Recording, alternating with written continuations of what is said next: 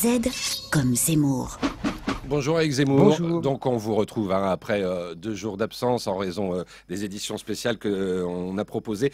Un commentaire ce matin évidemment après l'intervention du RAID hier et la mort de Mohamed Merah. Oui, la police française est trop efficace. En quelques jours, le meurtrier a été démasqué, arrêté, assiégé, tué. Les fichiers informatisés que condamne la gauche au nom des libertés individuelles ont été diablement utiles. Mais le terroriste n'est pas vraiment le portrait robot dont certains avaient rêvé.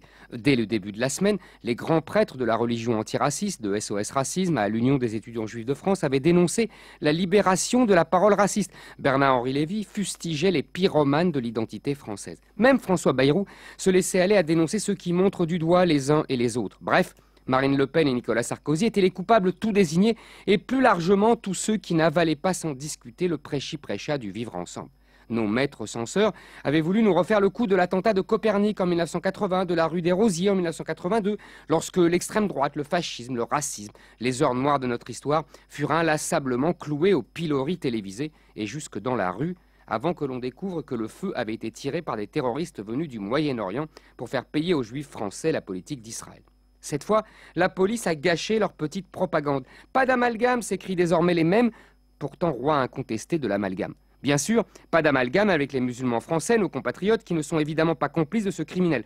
Tous les responsables politiques, même Marine Le Pen, ont rappelé cette évidence. Une évidence peut-être Eric, mais l'amalgame il peut être fait rapidement si on ne fait pas bien la distinction entre islam et islamisme. Oui, mais le parcours de Mohamed Merah est emblématique jusqu'à la caricature, heureusement encore rare, de la pente tragique que suit notre société multiculturelle.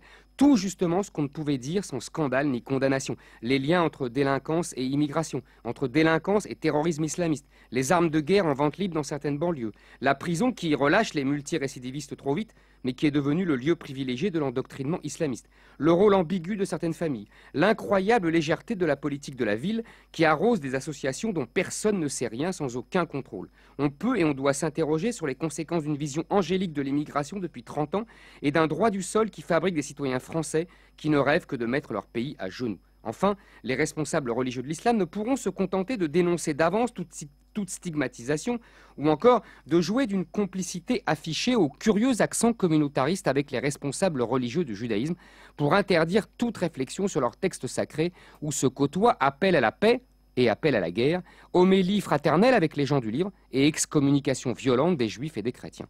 Le salafisme, branche fondamentaliste de l'islam venue d'Arabie Saoudite, allié des États-Unis et de l'Occident, se répand dans nos banlieues comme une traînée de poudre. Et le djihad n'est pas seulement un effort spirituel sur soi, mais aussi une volonté de répandre la terreur chez les mécréants.